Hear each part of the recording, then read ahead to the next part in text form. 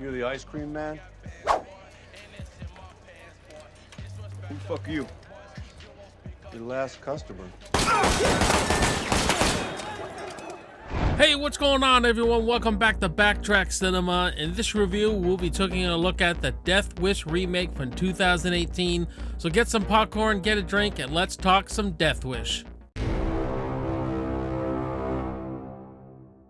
Death Wish was released in 2018, directed by Eli Roth, and starring Bruce Willis, Elizabeth Shue, Vincent D'Onofrio, and Dean Norris. Hey everyone, my name is Jason and welcome back to Backtrack Cinema and welcome to the review of the remake of Death Wish. Before we start the review, guys, let me know in the comments what you think of the Death Wish remake. You like it, you don't like it, let's have a great conversation about this flick. Now, at the time when I heard they were remaking Death Wish, I was pretty excited because I thought, you know, this is a film and a franchise that definitely could be remade. It's not like it's untouchable or anything. And when I found that Bruce Willis's name was attached to it, he was going to play the new Paul Kersey, I was legitimately excited. Unfortunately, I think with this movie, I do enjoy it. Like, I do get some enjoyment out of it, where they just went for this generic revenge flick that we've really seen many times again. And you're remaking Death Wish, which is like the original revenge flick. I just thought this movie was going to go deeper, it was going to be more emotional, and we'll get all into that. So Dr. Paul Kersey is an experienced trauma surgeon, a man who has spent his life saving lives. After an attack on his family, Paul embarks on his own mission for justice. Now, I do like seeing Bruce Willis back in this genre in a role like this, and I think everyone that surrounds him in this role, the supporting cast, are all great too. Elizabeth Shue, Vincent D'Onofrio, Dean Norris as the cop, are all quite good, and I think they really do a good job in this film. As much as I like the original, it is a bit dated compared to today's standards.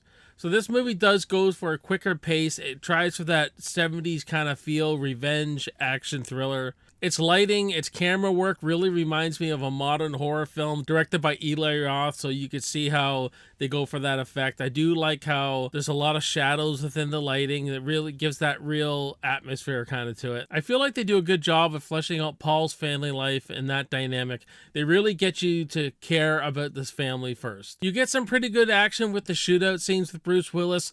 You get some real, like, what the fuck moments, because there are some shootout scenes that threw me off guard. Like, I wasn't expecting him, like, to pull a gun out and shoot someone. There's one scene with the ice cream man where he just walks up to this guy who's, like, uses kids to run and deliver drugs and stuff. He just pulls his gun out and wastes this guy called the ice cream man right, like in broad daylight.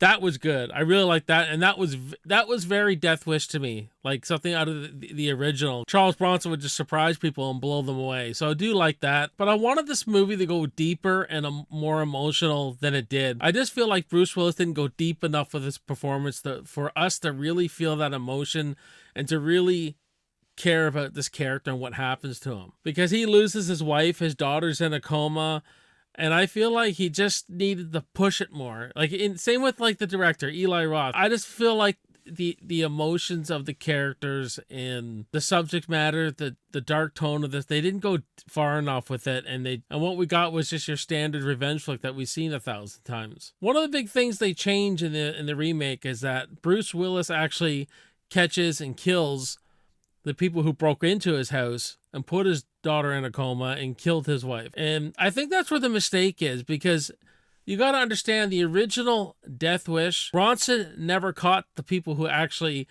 killed his wife and put his daughter into this catatonic state. Death Wish has always been about a man who lashes out against a system that failed him. That's what it's really about. It has the revenge in there, but it's really, he's after a reckoning, and he goes out and starts murdering all these random criminals so this doesn't happen again.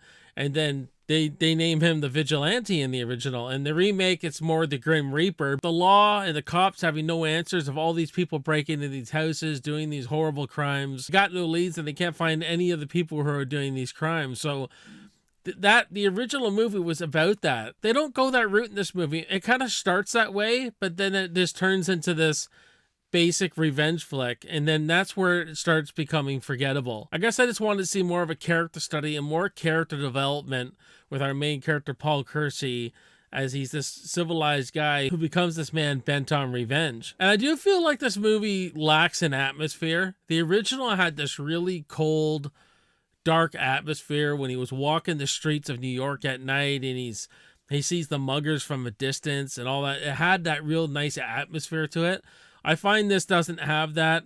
I think this movie should have been a darker, grittier film. Like, not the movie per se, but think of Rob Zombie's Halloween 2. Like, just the lighting and the feel of the film. That grindhouse look. I think if you would have done something like this, it would have really suited this character. And when his wife and daughter, like when his daughter gets put in a coma, his wife gets killed, I think they could have handled that better too. I'm glad they didn't put rape in it or nothing like that, but we needed something a bit more intense, a bit more to make us feel, you know what I mean? Instead, we see nothing, we just hear shots go off, and I think we needed something a bit more jaw-dropping or shocking, you know what I mean? You know, it didn't have to be a rape scene or anything. You could have went more intense and more brutal with it. And I'm a big fan of AC/DC. I like AC/DC, but I think the rock music doesn't fit in a movie like this.